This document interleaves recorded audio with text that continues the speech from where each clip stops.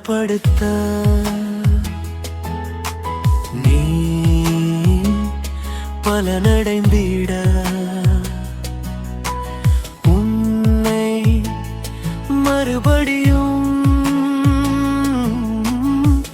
பலத்தில் நிரப்ப பலத்தால் இடை கட்ட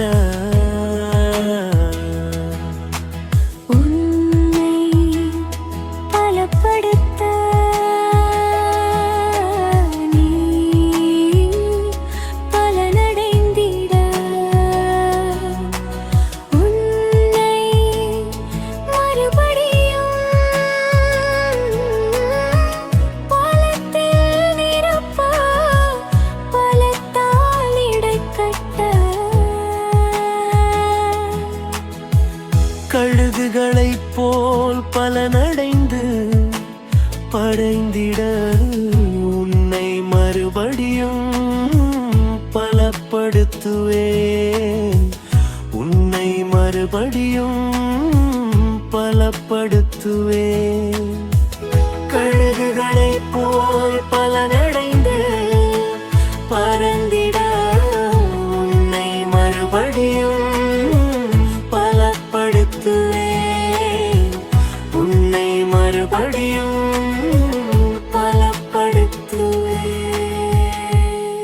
இன்றைக்கு நீங்கள் பலப்படும்படியாய் ஆண்டவர் ஒரு வார்த்தையை குறிப்பாய் பெண்களோடு குடும்பத்தில் அதிக உழைக்கிற, குடும்பத்திற்காக ஜெபிக்கிற, பிரயாசப்படுகிற பெண்களே, ஸ்திரீகளே, உங்களை பார்த்து இன்னைக்கு ஆண்டவர் சொல்றாரு.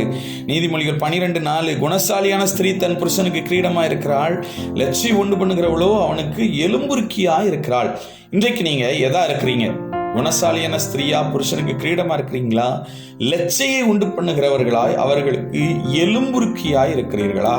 நிறைய சூழ்நிலைகள்ல நாம் எப்படி இருக்கிறோம் என்கிற ஒரு கேள்வியை இன்னைக்கு ஆண்டவங்கிட்ட கேட்கிறாரு. புதுசா திருமணம் முடிஞ்சிருக்கலாம், திருமணம் முடிஞ்சு 10 வருஷம், 5 வருஷம், 6 வருஷம், 20 வருஷம், 40 வருஷம், 50 வருஷமா இருக்கலாம். நீங்க இதுவரைக்கும் உங்கள் புருஷனுக்கு எதா இருக்கிறீர்கள்? எலும்புருக்கியா இருக்கிறீர்களா? ஆமா, எல்லாம் நல்ல விலா எலும்பா கிரீடமா இருக்கீங்களா? பாருங்க, நீதிமொழிகள்லயே கடைசி அதிகாரம் 31ஆம் அதிகாரம் அழகா சொல்லுது. அந்த குணசாலியான ஸ்திரீயை கண்டுபிடிப்பவன் யார்? அவள் விலை முத்துக்களை பார்க்கலும் அதிகம். இன்னைக்கு ஆண்டவர் உங்களை பார்த்து சொல்றாரு, சகோதரியே, உன்னை பார்த்தான் சகோதரியே, நிறைய சூழ்நிலைகள்ல ஆண்டவர் இன்னைக்கு உங்களோட பேசுறாரு. தங்கச்சி உங்களோட பேசுறாரு, அம்மா உங்களோட பேசுறாரு. என்ன அப்படின்னா, நீங்க குணசாலியான ஸ்திரீயா இருக்கீங்களா? இன்னைக்கு குணசாலியான ஸ்திரீயா இல்லாம நிறைய சூழ்நிலைகள்ல குடும்பத்துல குழப்பம், பலவீனம், டிவோர்ஸ், சந்ததி இல்ல, சாபம் நிறைஞ்சதா இருக்கு. குடும்பம், 2 குடும்பத்துல பிரச்சனை, சபையில பிரச்சனை, நிறைய காரியங்கள்ல பிரச்சனை. ஏன் அப்படின்னா, ஒரு பெண் சரியில்லாததுனால நம்ம ஒரு பழமொழி சொல்லுவாங்க தமிழ்ல, வாழ்வதும் பெண்ணாலே அழிவதும் பெண்ணாலே. நீங்க வாழ வைக்கிற பெண்ணா இருக்கீங்களா, இல்லைன்னா அழிக்கிறவங்களா இருக்கீங்களா? சில நேரங்கள்ல சில விஷயங்களை தாங்கி ஏந்தி நடத்துறதுக்கு நம்மளால முடியல.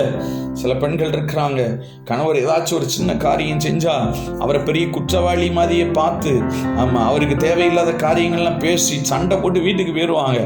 ஒருவேளை அதை சொல்லி திருந்துறதுக்கு, அதை சொல்லி காம்ப்ரமைஸ் ஆகிறதுக்கு, அதை சொல்லி பரவாயில்ல, ஏன்னா திருமணம் போது கையை பிடிச்சு சொல்றீங்கல்ல, நன்மையிலும் தீமையிலும் வாழ்விலும் தாழ்விலும் சுகத்திலும் சுகவீனத்திலும் மரணமே பிரிக்கும் அளவும் நேசிக்கவும் காப்பாற்றவும் வாக்கு கொடுக்குறேன்னு சொல்லிட்டு சின்ன பிரச்சனையில டிவோர்ஸ் கேட்குறாங்க. எனக்கு இது பிடிக்கல, இந்த மகன் பிடிக்கல, இந்த மக பிடிக்கல, டிவோர்ஸ் கேட்குறாங்க. குறிப்பாய் ஆமா, பெண்களுக்காக இன்னைக்கு ஏசப்பா உங்களுக்கு சொல்றாரு, நீ பிரிந்து போக வேண்டிய எண்ணத்தை உன் சிந்தனையிலிருந்து எடுத்து போடு மகளேன்னு சொல்றாரு.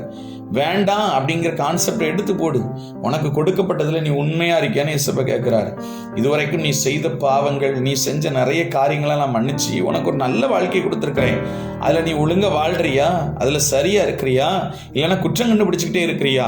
கணவர்கிட்ட குற்றம் கண்டுபிடிக்கிறீங்க, மாமியார்ட்ட குற்றம் கண்டுபிடிக்கிறீங்க, ஒருவேளை சுத்தி இருக்கிறவங்கலாம் குற்றம் கண்டுபிடிக்கிறீங்க. எப்ப பார்த்தாலும் கணவரை ஒருவேளை பலவீன பாண்ட மாதிரியே நீங்க இருந்து அவங்கள கஷ்டப்படுத்தி கொண்டே இருக்கிறீர்கள்.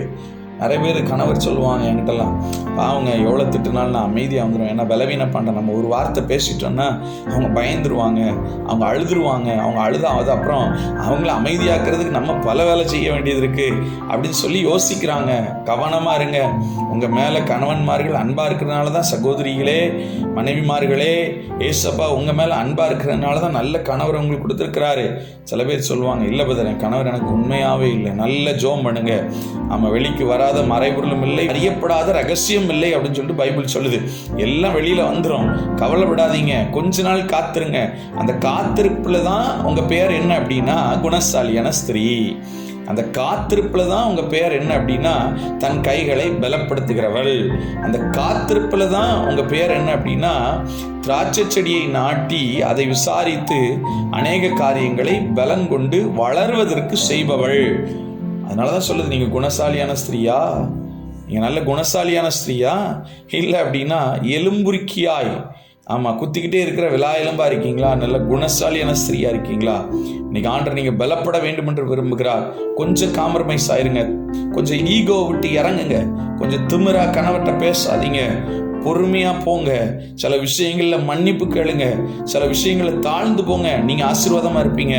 உங்களை இன்றைக்கு இந்த 40 நாளைக்குள்ள ஆண்டவர் உங்கள் கூட இருந்து நடக்காத எல்லா காரியத்தையும் நடத்தி ஜெயமா முடிக்கிறேன்னு சொல்லி இன்னைக்கு உங்களோட பேசிட்டு இருக்காரு. சகோதரிகளே, தொடர்ந்து நாளை தினமும் இதே போல இன்னொரு மகிமையின் வார்த்தையை பலப்படுவதற்கு ஆண்டவர் உங்களோடு பேச விரும்புகிறார். தொடர்ந்து கேளுங்க. கர்த்தர் உங்களை ஆசீர்வதிப்பார். God bless you.